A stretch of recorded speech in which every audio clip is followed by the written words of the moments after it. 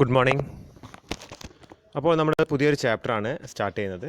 Okay, അപ്പോൾ contract ആക്റ്റിൽ വരുന്ന ഒരു ടോപ്പിക് തന്നെയാണ്. അതൊരു പുതിയ ചാപ്റ്ററായിട്ട് എടുക്കുകയാണ്. കാര്യം ഫസ്റ്റ് മോഡ്യൂൾ വരുന്ന ഒരു ടോപ്പിക് തന്നെയാണിത്. ഓക്കെ, അപ്പോൾ ബ്രീച്ച് ഓഫ് കോൺട്രാക്റ്റിനെ കുറിച്ചിട്ടാണ് പറയുന്നത് ഈ ഒരു ചാപ്റ്ററിൽ. അപ്പോൾ ആദ്യം തന്നെ നമുക്കിവിടെ നോക്കാനായിട്ടുള്ളത് എന്താണ് ബ്രീച്ച് ഓഫ് കോൺട്രാക്റ്റ് എന്നുള്ളതാണ്. What do you mean by breach of contract? Okay, അപ്പോൾ സൈഡ് ഹെഡിങ് എന്താണ്? Breach of contract. അപ്പോൾ എന്താണ് ബ്രീച്ച് ഓഫ് കോൺട്രാക്റ്റ് എന്നുള്ളത് നോക്കാം. Every contract imposes obligation on both parties to perform their respective promises. അപ്പോൾ എന്താ പറയുന്നത്, ഏതൊരു കോൺട്രാക്റ്റിലും രണ്ട് പാർട്ടീസും അല്ലെ പ്രോമിസർ ഉണ്ടാവും, പ്രോമിസി ഉണ്ടാവും, രണ്ട് പേർക്കും ഒബ്ലിഗേഷൻ ഉണ്ട്, രണ്ട് പേർക്കും ബാധ്യതകളുണ്ട്. When one of them fails or neglects or refuses to perform his promise, he is said to have committed a breach of contract. അതിൽ ഏതെങ്കിലും ഒരാൾ ഒന്നുകിൽ നെഗ്ലക്റ്റ് ചെയ്യുകയോ അല്ലെങ്കിൽ എന്താണ് അയാൾക്ക് ചെയ്യാൻ സാധിക്കാതെ വരികയോ ഫെയിൽ ആവുകയോ അല്ലെങ്കിൽ എന്താണ് അയാൾ ചെയ്യാതിരിക്കുകയോ മനഃപൂർവ്വം ചെയ്യാതിരിക്കുകയോ ചെയ്യുകയാണെങ്കിൽ, എന്ത് ഈ ഒബ്ലിഗേഷൻ ബാധ്യതകൾ ചെയ്യാതിരിക്കുകയോ ചെയ്യുകയാണെങ്കിൽ അയാൾ എന്താ ചെയ്യുന്നത്? ഹീസ് എന്താണ് ബ്രീച്ച് ദ കോൺട്രാക്റ്റ്. അയാൾ ചെയ്തിരിക്കുന്നത് ബ്രീച്ച് ഓഫ് കോൺട്രാക്റ്റ് ആണ്. Okay, this breach of contract effects both the parties in two different ways. അപ്പോൾ രണ്ട് രീതിയിലാണ് എന്ത് ബ്രീച്ച് ഓഫ് കോൺട്രാക്റ്റ് രണ്ട് പാർട്ടീനെ എഫക്റ്റ് ചെയ്യാം. ഓക്കെ, അപ്പോൾ ബ്രീച്ച് ഓഫ് കോൺട്രാക്റ്റ് എന്താണ്? കോൺട്രാക്റ്റിൽ പറഞ്ഞിരിക്കുന്ന ബാധ്യതകൾ ഏതെങ്കിലും ഒരു പാർട്ടി ചെയ്യാതിരിക്കുകയാണെങ്കിൽ അപ്പോഴാണ് എന്ത് വരിക? ബ്രീച്ച് ഓഫ് കോൺട്രാക്റ്റ് വരിക. ഓക്കെ, ഇനി അടുത്ത സൈഡിലേക്ക് നോക്കാം. Remedies for breach of contract. അപ്പോൾ ചോദ്യമായിട്ട് ചോദിക്കുക, what are the remedies for breach of contract? അപ്പോൾ എന്തൊക്കെ റെമഡീസാണ് ഒരു ബ്രീച്ച് ഓഫ് കോൺട്രാക്റ്റ് നടക്കുകയാണെങ്കിൽ എന്തൊക്കെ റെമഡീസാണ് അവിടെ ഉള്ളത്? ഓക്കെ, അതിന് പരിഹരിക്കാൻ എന്തൊക്കെ കാര്യങ്ങളാണ് ഉള്ളത്? അതിൽ പോയിൻറ്റ്സ് നോക്കാം, ഓരോ പോയിൻറ്റ്. ഫസ്റ്റ് എന്താണ്? റെസിഷൻ of the contract. റെസിഷൻ of the contract ആണ് ആദ്യത്തെ പോയിൻറ്റ്. അപ്പോൾ അത് വിശദമായിട്ട് നോക്കാണ്ട്, റെസിഷൻ എന്ന് വെച്ചിട്ട് വിശദമായിട്ട് നോക്കാണ്ട്. അപ്പോൾ ആദ്യം നിങ്ങൾ ഈ പോയിൻറ്റ് ശ്രദ്ധിക്കാം. റെസിഷൻ of the contract. Second, suit four damages. Damage suit ചെയ്യാൻ സാധിക്കും, അതായത് കേസ് ഫയൽ ചെയ്യുന്നതാണ് പറയുന്നത്. അത് നമുക്ക് നോക്കാനായിട്ടുണ്ട്. പിന്നെ പറയുന്നത് എന്താണ്? Suit upon condom merit. Okay, suit upon condom merit. Fourth point, suit four specific performance of the contract. ഒരു സ്പെസിഫിക് പെർഫോമൻസ് ആണ് എന്ത് ബ്രീച്ചായി കിടക്കുന്നതെങ്കിൽ അതിന് വേണ്ടി മാത്രം കേസ് കൊടുക്കാൻ സാധിക്കും. അതേപോലെ സൂട്ട് ഫോർ ഇഞ്ചക്ഷൻ. ഇഞ്ചക്ഷൻ എന്ന് വെച്ചാൽ എന്താണ്? മുന്നോട്ടേക്കൊരു എന്താണ് നീക്കം ഒരാൾക്ക് ചെയ്യാതിരിക്കാൻ വേണ്ടിയിട്ട് ചെയ്യുന്ന സംഗതിയാണ് എന്ത് ഇഞ്ചക്ഷൻ എന്ന് വെച്ചാൽ. ഓക്കെ, അതായത് ഒരു ഇപ്പോൾ വസ്തുവിൻ്റെ പുറത്തൊക്കെ ഒരു കേസ് ഫയൽ ചെയ്താൽ ഇഞ്ചക്ഷൻ കിട്ടിക്കഴിഞ്ഞാൽ എന്താണ് പിന്നീട് ആ വസ്തു എന്താണ് വിനിയോഗിക്കാൻ അല്ലെങ്കിൽ അതിൽ ഒരു ട്രാൻസാക്ഷൻ നടത്താൻ ഒരാൾക്ക് സാധിക്കാതെ വരും, അത് സീൽ ചെയ്യേണ്ട ഒരു അവസ്ഥ വരും. ഓക്കെ, അപ്പോൾ ഇതൊക്കെയാണ് എന്ത് ഓരോ റെമഡി നമുക്കൊന്ന് വിശദമായിട്ട് പരിശോധിക്കാനുണ്ട്. ഇനി നമുക്ക് റെസിഷൻ ഓഫ് കോൺട്രാക്റ്റ് എന്താണെന്നുള്ളത് നോക്കാം. റെസിഷൻ ഓഫ് കോൺട്രാക്റ്റ്. ഇപ്പോൾ റെസിഷൻ എന്ന വാക്കിൻ്റെ അർത്ഥം ക്യാൻസൽ ചെയ്യുക എന്നുള്ളതാണ്. റിവോക്ക് ചെയ്യുക, ക്യാൻസൽ ചെയ്യുക, ഒരു സംഗതി അവസാനിപ്പിക്കുക എന്നുള്ളതാണ് റെസിഷൻ്റെ അർത്ഥം. Rescission means cancellation, revocation or putting an end to a contract where one of the parties to contract commits a breach, the other party treats the contract as rescinded or cancelled and refuses the further performance. Hence he is freed from all obligation under the contract. അതായത് ഒരു party എന്താണ് ഒബ്ലിഗേഷനിൽ നിന്ന് എന്താണ് വ്യതിചലിച്ച് കഴിഞ്ഞാൽ the other party can എന്താണ് set himself free from the contract. അയാൾക്കും എന്താണ് ആ കോൺട്രാക്റ്റിൽ നിന്ന് എന്താണ് ഒഴിവാക്കാൻ പറ്റും. അയാൾക്ക് എന്താണ് സ്വമേധയാ ആ കോൺട്രാക്റ്റിൽ നിന്ന് ഒഴിവായി പോകാൻ സാധിക്കും. അതിനാണ് റെസിഷൻ ഓഫ് കോൺട്രാക്റ്റ് എന്ന് പറയുന്നത്. ഇനി അടുത്ത side heading, when the court may refuse റെസിഷൻ. Court എന്താണ് റെസിഷന് റെഫ്യൂസ് ചെയ്യുകയാണെങ്കിൽ, ഓക്കെ, അതായത് അടുത്ത പാർട്ടിക്ക്, അതായത് ഒരാൾ ഒബ്ലിഗേഷനിൽ നിന്ന് മാറിയെങ്കിലും അല്ലെങ്കിൽ ഒബ്ലിഗേഷൻ കൃത്യമായിട്ട് എന്താണ് പെർഫോം ചെയ്തിട്ടില്ലെങ്കിലും അടുത്ത പാർട്ടിക്ക് ചിലപ്പോൾ എന്താണ് അതിൽ നിന്ന് ഒഴിയാൻ, ഒരു കോൺട്രാക്റ്റിൽ നിന്ന് ഒഴിയാൻ സാധിക്കില്ല. അപ്പോൾ അത് കോടതി ചിലപ്പോൾ അതിനെ വിലക്കിയേക്കാം. അപ്പോൾ അതിൻ്റെ ഉദാഹരണങ്ങളാണ് പറയുന്നത്. അതിൽ first point, when the plaintiff has expressly or impliedly ratified the contract. Okay, അപ്പോൾ അതിൻ്റെ ഒരു ഉദാഹരണം ഇവിടെ കൊടുത്തിട്ടുണ്ട്. എക്സാമ്പിൾ പറയുന്നത്, X bought certain shares in company based on misstatement given in prospectus. അതായത് ഒരു പ്രോസ്പെക്ടസ് എന്ന് പറയുന്ന ഒരു നോട്ടീസാണ്. ആ നോട്ടീസ് കണ്ടിട്ടാണ് എന്ത് ഷെയറുകൾ നമ്മൾ വാങ്ങുക. അപ്പോൾ ആ നോട്ടീസിലൊരു മിസ്സ്റ്റേറ്റ്മെൻറ്റ് ഉണ്ടായിരുന്നു, പക്ഷേ അത് അറിയാതെ എക്സ് എന്ന് പറഞ്ഞൊരു ഇൻവെസ്റ്റർ കമ്പനിയുടെ ഷെയറുകൾ വാങ്ങിയിട്ടുണ്ട്. After becoming aware of the misstatement, X receives dividend or pays calls or votes at a general meeting or executes a transfer deed of the shares. Any of these acts amount to rectification of the contract. Thereby X loses his right to rescission. അപ്പോൾ മിസ്സ്റ്റേറ്റ്മെൻറ്റ് കണ്ടിട്ടാണ്, അല്ലെങ്കിൽ ഒരു statement തെറ്റായിരുന്നു ഒരു പ്രോസ്പെക്ടസിൽ. അത് അറിയാതെ X എന്ന് പറഞ്ഞ ഇൻവെസ്റ്റർ ഒരു കമ്പനിയുടെ ഷെയറുകൾ വാങ്ങി. പിന്നീട് ഇത് തിരിച്ചറിയുകയും എന്നിട്ടും ഇയാൾ എന്ത് ചെയ്തു, ഇതിൻ്റെ കോൾ മണി അടയ്ക്കുകയും ഡിവിഡൻഡ് റിസീവ് ചെയ്യുകയും അതേപോലെ തന്നെ ഈ പറയുന്നതിൻ്റെ ട്രാൻസ്ഫർ സർട്ടിഫിക്കറ്റ് കൈമാറ്റം ചെയ്യുകയൊക്കെ ചെയ്തിട്ടുണ്ടെങ്കിൽ പിന്നീട് അയാൾക്ക് പോയിട്ട് കോൺട്രാക്റ്റ് റിസൈഡ് ചെയ്യാൻ സാധിക്കില്ല, കോൺട്രാക്റ്റ് ക്യാൻസൽ ചെയ്യാൻ സാധിക്കില്ല. അതാണ് കൊടുത്തിരിക്കുന്ന പോയിന്റ്. വെൻ ദ പ്ലെയിൻറ്റിഫ്, അതായത് ഇവിടെ ആർക്കാണോ പരാതിക്കാരൻ അയാളെ പ്ലെയിൻറ്റിഫ് എന്ന് പറയുന്നത്, where the plaintiff has expressly or impliedly rectified the contract. അപ്പോൾ ഇങ്ങനത്തെ ഒരു ഇയാൾ വീണ്ടും ഫർദറായിട്ട് ഒരു ആക്ഷൻ ഇത് തിരിച്ചറിഞ്ഞിട്ടും ചെയ്യുകയാണെങ്കിൽ, ആ ഒരു കോൺട്രാക്റ്റിൽ ചെയ്യുകയാണെങ്കിൽ, അപ്പോൾ അയാളത് റെക്ടിഫൈ ചെയ്തു എന്നാണ് മനസ്സിലാക്കേണ്ടത്. അതുകൊണ്ട് കോൺട്രാക്റ്റിൽ നിന്ന് പിന്മാറാൻ സാധിക്കില്ല. ഇനി രണ്ടാമത്തെ പോയിന്റ് പറയുന്നത്, where owing to change of circumstances the parties cannot be restored to their original position. ചിലപ്പോൾ സാഹചര്യങ്ങൾ മാറിയത് കാരണം കോൺട്രാക്റ്റിൽ നിന്നും ചില പാർട്ടീസിന് പിന്മാറാൻ സാധിക്കില്ല. ഓക്കെ, അപ്പോൾ ഈ രണ്ട് കേസസിന് കോടതിക്ക് വേണമെങ്കിൽ എന്താണ് റെസിഷനെ തടയാൻ സാധിക്കും. ഇനി next point, when the court may grand the റെസിഷൻ. കോടതി റെസിഷൻ ഗ്രാൻഡ് ചെയ്യുന്ന കണ്ടീഷൻസ് അല്ലെങ്കിൽ സിറ്റുവേഷൻസിനെ കുറിച്ചിട്ടാണ് പറയുന്നത്. ഓക്കെ, അപ്പോൾ നമുക്കൊന്ന് വായിക്കാം. If the matter finally comes before court, the court may grant rescission where the contract is voidable or terminable by the plaintiff. Okay, അല്ലെങ്കിൽ aggrieved party. അപ്പോൾ കോൺട്രാക്റ്റ് വോയിഡബിൾ ആണെങ്കിൽ എന്താണ്, then the aggrieved party can rescind the contract. Okay, cancel ചെയ്യാൻ സാധിക്കും. Second point, where the contract is unlawful and the defendant is more to blame than the plaintiff. Okay, if a contract is been made and the contract is unlawful, okay, the person who should blame for that unlawful contract is the defendant or the other party, and the plaintiff, the person who has given the case. Okay, അതായത് ആരാണോ case കൊടുത്തിരിക്കുന്നത് അയാളെ plaintiff എന്ന് പറയാം.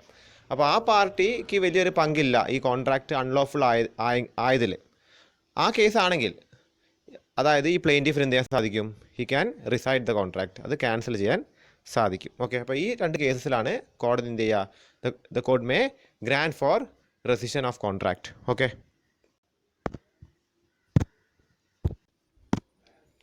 ഇനി അടുത്ത topic നോക്കാം, meaning of suit for damage. Okay, what you mean by suit for damage ചോദിക്കാൻ ചാൻസ് ഉണ്ട്, ശ്രദ്ധിക്കാം. Meaning of suit for damage. Okay, when a contract is broken, the injured party can claim damages from the other party. It is the monetary compensation for the loss sustained by the injured party for the non-performance of the obligation. അപ്പോൾ എന്താണ് claim for അല്ലെങ്കിൽ suit for damage എന്ന് വെച്ചാൽ എന്താണ്, it is a monetary compensation for non performance of a contract. Okay, അതായത് രണ്ട് parties തമ്മിൽ കോൺട്രാക്റ്റിലുണ്ട്, അതിലൊരു party he has not done his obligation properly, so the other party has suffered some loss, so he can suit for damage. അപ്പോൾ എന്താണ്, അപ്പോൾ അയാൾക്ക് monetary compensation കിട്ടും, കോടതി വിധിക്കുകയാണെങ്കിൽ മോണിറ്ററി കോമ്പൻസേഷൻ കിട്ടും. ഓക്കെ, അപ്പോൾ അതാണ് സൂട്ട് ഫോർ ഡാമേജ് എന്ന് വെച്ചാൽ. ഓക്കെ, ഓക്കെ, ഇനി അടുത്തത് കൈൻഡ്സ് ഓഫ് ഡാമേജസ്. വളരെ ഇമ്പോർട്ടൻ്റ് ആണ് കൈൻഡ്സ് ഓഫ് ഡാമേജസ്. ഓക്കെ, അപ്പോൾ അതിൽ ഫസ്റ്റ് പോയിന്റ് എന്താണ്, general or compensatory damages. General or compensatory damages എന്താണ് എഴുതിയിരിക്കുന്നത് നോക്കാം. when a contract has been broken, the injured party can recover from the other party such damages as naturally and directly arose in usual course of things from the breach. Okay, അതായത് സാധാരണഗതിയിൽ വരുന്ന damages, ഇപ്പോൾ സമയനഷ്ടം, രണ്ട് പേര് തമ്മിൽ കോൺട്രാക്റ്റിൽ ഏർപ്പെട്ടു, ഒരാൾ വിൽക്കാനൊരു സാധനം വെച്ചു, വാങ്ങാൻ ഒരാൾ വന്നു. ഓക്കെ, അപ്പോൾ വിൽക്കാൻ വെച്ചിരിക്കുന്ന ആൾക്ക് അതിലൊരു അഡ്വാൻസ് കൊടുത്തു, അത് കഴിഞ്ഞിട്ട് ടൈം കഴിഞ്ഞു, 3 മാസമൊക്കെയാണ് ശരിക്കും ഒരു കോൺട്രാക്റ്റിൽ എന്താണ് അതിനുള്ളിലാണ് ഇതിൻ്റെ ഡീല് നടക്കേണ്ടത്. അഡ്വാൻസ് അല്ല, ഫുൾ പേയ്മെൻറ്റ് നടത്തിയിട്ട് സാധനം കൊണ്ടുപോകേണ്ടത് അല്ലെങ്കിൽ സാധനം സ്വന്തമാക്കേണ്ടത്. അപ്പോൾ 3 മാസം കഴിഞ്ഞിട്ടാണ് ഈ വാങ്ങാൻ വന്ന പാർട്ടി പറയുന്നത് is not willing to buy the property or something like that. അപ്പോൾ അത് എന്താണ് വാങ്ങാൻ തയ്യാറല്ല എന്ന് പറയാണ്. ആ നേരത്ത് എന്താണ് ഈ വിൽക്കാൻ വെച്ചിരിക്കുന്ന ആൾക്ക് അല്ലേ സമയമാണ് നഷ്ടപ്പെട്ടിരിക്കുന്നത്, 3 മാസമാണ് ടൈം നഷ്ടപ്പെട്ടിരിക്കുന്നത്. ഓക്കെ, അപ്പോൾ അതെന്താണ്, it is a general or compensation. അടുത്തത് സ്പെഷ്യൽ ഡാമേജസ് ആണ്. These are damages which result from breach of contract under some special or unusual circumstances.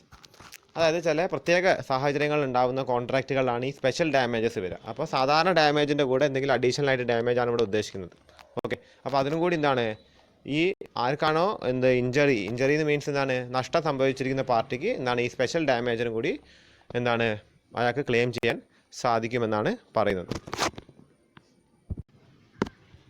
അടുത്ത side heading exemplary or punitive or vindictive damages. Exemplary or punitive or vindictive damages, അതാണ് അടുത്ത side heading ആയിട്ട് പറയുന്നത്. എന്താണ് എഴുതിയിരിക്കുന്നത് നോക്കാം.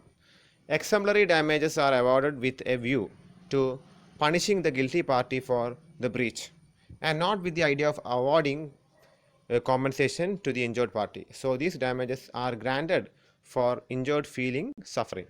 Okay, അപ്പോൾ രണ്ട് പാർട്ടീസ് ഒരു കോൺട്രാക്റ്റിൽ ഏർപ്പെട്ടിട്ട് കോൺട്രാക്റ്റ് തെറ്റിച്ച് പോണ നേരത്ത് എന്താണ് ഒരു ക്രിമിനൽ ഒഫൻസായിട്ട് പരിഗണിച്ചുകൊണ്ട് ഈ തെറ്റിക്കുന്ന പാർട്ടിയെ, ഈ കോൺട്രാക്റ്റിൽ പ്രോമിസ് നിറവേറ്റാത്ത പാർട്ടിയെ ശിക്ഷിക്കുന്ന ഒരു നടപടി, അതിനാണ് എന്ത് പറയുന്നത് എക്സംപ്ലറി ഓർ വിൻഡിക്റ്റീവ് ഡാമേജസ് എന്ന് പറയാം.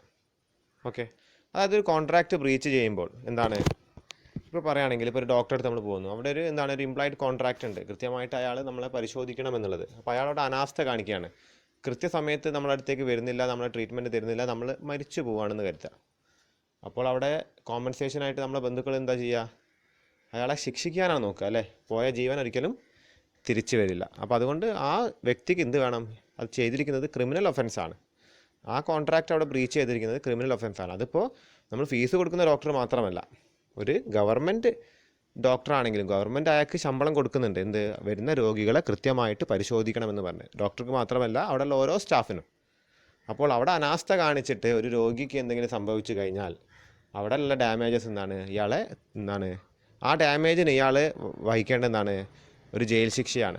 ജയിൽ ശിക്ഷ അല്ലെങ്കിൽ എന്താണ് എത്രയാണോ മാക്സിമം അതിന് കിട്ടുന്ന, ഇനി ശിക്ഷയുടെ അളവ് കൂട്ടാം, അല്ലെങ്കിൽ അത് റയറസ്റ്റ് ഓഫ് ദി റയറസ്റ്റ് കേസാണ് എന്താണ് എന്ത് ശിക്ഷ വേണമെങ്കിലും ലഭിക്കാൻ ചാൻസ് ഉണ്ട്. ഓക്കെ, അപ്പോൾ അതാണ് ഇവിടെ പറഞ്ഞത്, ഒരു പണിഷ്മെൻറ്റ് കൊടുക്കുക ഒരാൾക്ക്.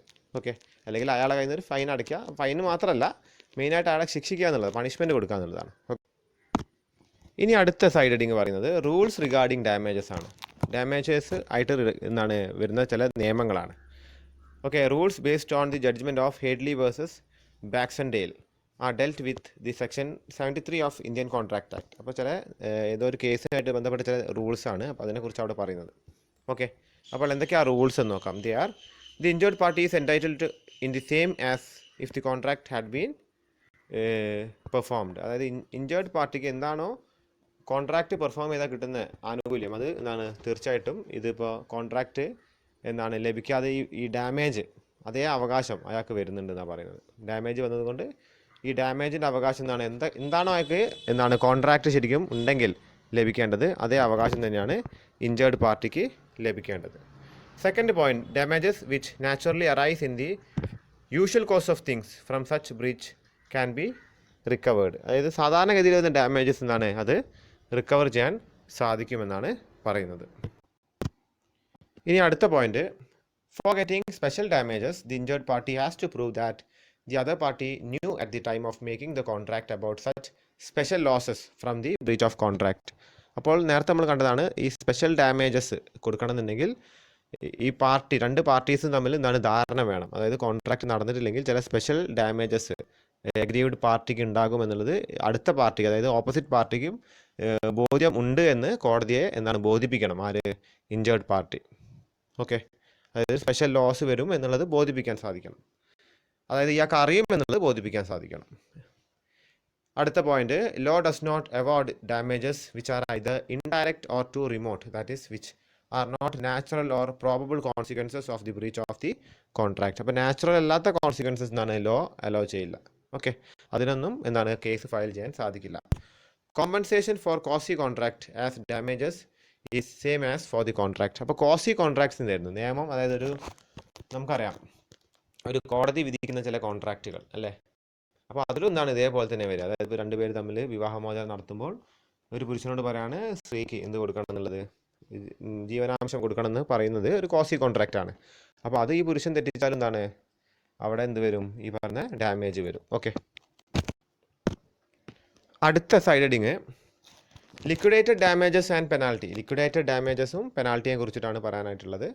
ഓക്കെ, അപ്പോൾ ഇതൊരു ഷോർട്ടസ്റ്റ് ആൻസർ ആണ്. ഓക്കെ, അപ്പോൾ ഇതിൻ്റെ ഭാഗമായിട്ട് പെനാൽറ്റിയെക്കുറിച്ചും അതേപോലെ ലിക്വിഡേറ്റഡ് ഡാമേജസിനെ കുറിച്ച് നമുക്ക് നോക്കാനായിട്ടുണ്ട്. അപ്പോൾ ആദ്യം ഫസ്റ്റ് എന്താണ് എഴുതിയിരിക്കുന്നത് നോക്കാം.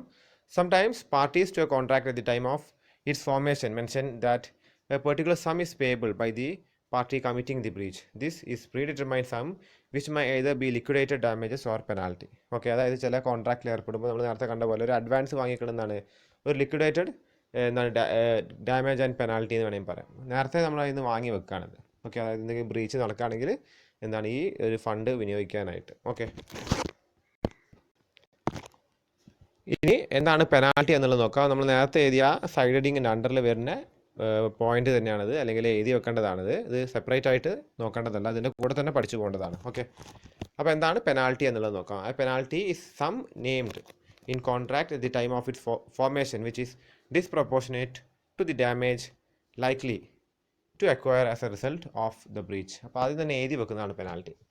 അതായത് കോൺട്രാക്റ്റ് തെറ്റിച്ച് കഴിഞ്ഞാൽ ഒരു പെനാൽറ്റി ക്ലോസ് എന്ന് പറയും. ഓക്കെ, അതായത് നിങ്ങൾ ഈ സംഗതി അല്ലെങ്കിൽ ഇത്ര ദിവസത്തിനുള്ളിൽ ഈ കോൺട്രാക്റ്റ് നിങ്ങൾ ബ്രീച്ച് ചെയ്ത് കഴിഞ്ഞാൽ എന്താണ് ഇത്രയും തുക പെനാൽറ്റി ആയിട്ട് എന്താണ് ഇത് നീ ഈടാക്കും. അപ്പോൾ നമ്മളൊരു അഡ്വാൻസ് വാങ്ങി വെച്ചാൽ പകുതി പൈസയെ തിരിച്ചു കൊടുക്കുള്ളൂ എന്ന് പറയുകയാണ്. അപ്പോൾ ബാക്കി പകുതി എന്താണ് ഇറ്റ്സ് എ പെനാൽറ്റി. ആദ്യമേ പെനാൽറ്റി ക്ലോസിൽ അത് എഴുതി വെച്ചിട്ടുണ്ടാവും. അപ്പോൾ പിന്നെ എന്താണ് നമുക്കൊരു കോടതിയിലും പോകേണ്ട കാര്യം വരുന്നില്ല. കാര്യം അയാൾക്ക് നമുക്ക് അഡ്വാൻസ് തിരിച്ചു കൊടുക്കുമ്പോൾ പകുതി പൈസ കൊടുത്താൽ മതി, അയാൾക്ക് കോടതിയിൽ പോകാൻ സാധിക്കില്ല. കാര്യം ഈ പെനാൽറ്റി ക്ലോസ് എടുത്തിട്ട് കാണിച്ചു കൊടുത്താൽ മതി. അപ്പോൾ എക്സാമ്പിൾ കൊടുത്തിട്ടുണ്ട്. X contracts with Y to pay rupees 25,000. If he fails to pay Y rupees 15,000 on a given day, X fails to pay rupees 15,000 on that day, Y is entitled to recover from X such compensation not exceeding 25,000 as the court considered reasonable. അപ്പോൾ X വൈക്ക് 25,000 രൂപ കൊടുക്കാമെന്നുള്ളൊരു contract ഉണ്ട്. അപ്പോൾ 15 ഏതോ ഒരു ദിവസത്തിനുള്ളിൽ 15,000 കൊടുക്കണമെന്നുണ്ടായിരുന്നു.